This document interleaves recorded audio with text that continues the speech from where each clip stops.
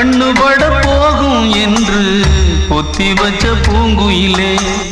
மண்ணுபட்டு போகும் என்று நெஞ்சம் என்று தூங்கலியே வாங்கி வந்த மல்லியப்பூ வாசம் இன்னும் போகலியே